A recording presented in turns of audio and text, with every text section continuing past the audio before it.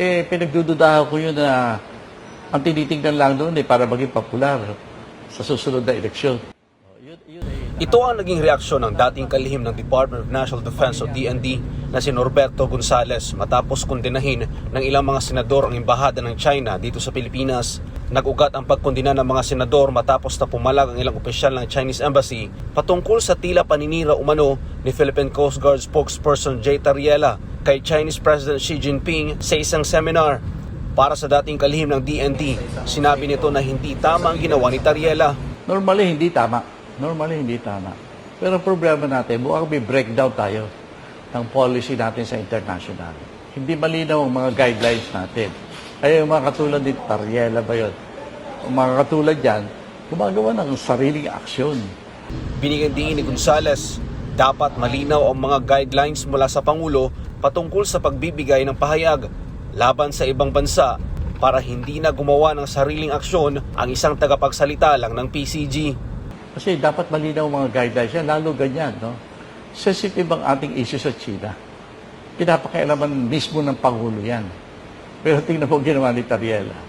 Tapos, sa halip na pagsabihan natin si Tariela na hindi tama yung kanyang ginawa, may mga sa lipunan natin, ang medyo lalo pang dinadagdagan yung ginawa ni Tariela.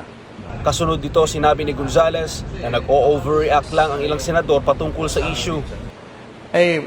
Palagay ko medyo sumusobra naman o kaya overacting tayo, overreacting sa nangyayari. Nakikita natin bakit yung threat na paalisin natin, gagawin natin persona na ng dirata ang China. Sa tingin ko, overreaction yun. Bagamat nilinaw ni Gonzales na hindi siya natutuwa sa mga ginagawa ng China laban sa Pilipinas, pero hindi anya mabibigyan ng solusyon ng isang problema ng isang pagkakamali. Hindi ko masasabi na natutuwa ako sa ginagawa ng China, no? Pero wag mo namang gantihan yan ng mga bagay na hindi rin nakakatuwa. Wag mong bigyan ng solusyon ng kamalian, ng another kamalian. Pakita natin, disente tayong tao. Paglilinaw pa ng dating kalihim na dahil sa inasal ng ilang mga opisyal ng gobyerno kaugnay sa pakikitungo nito sa China, sinabi ni Gonzales, malinaw na walang ginagawa ang Pangulo at wala niya itong kontrol sa mga tao o ilang opisyal ng gobyerno, kaya nagkakaroon niya ngayon ng breakdown sa leadership.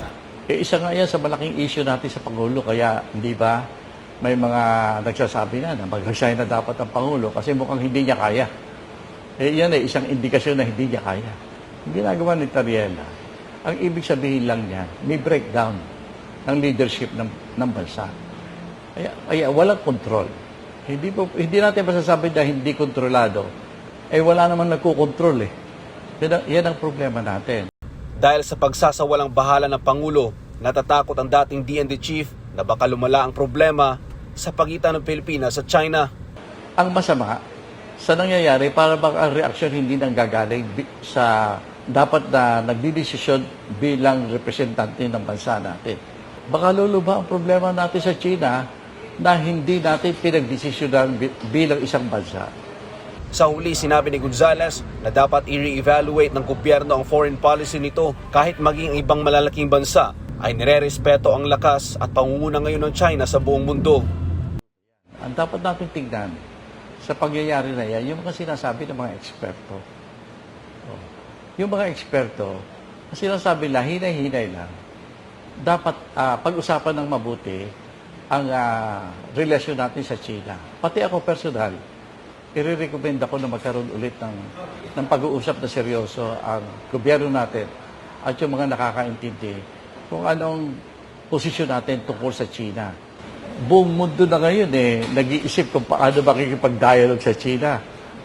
Tapos tayo, hindi pa tayo nakikipag-dialogue ng maayos, sisirain na natin. Ang pinag-aaralan ngayon ng mga ibang bansa sa paligid natin at even sa Europa ay kung paano iaayos ang dialogue with China. Para sa Diyos at sa Pilipinas, kung mahal, Almar Forzuelo, SMNI News.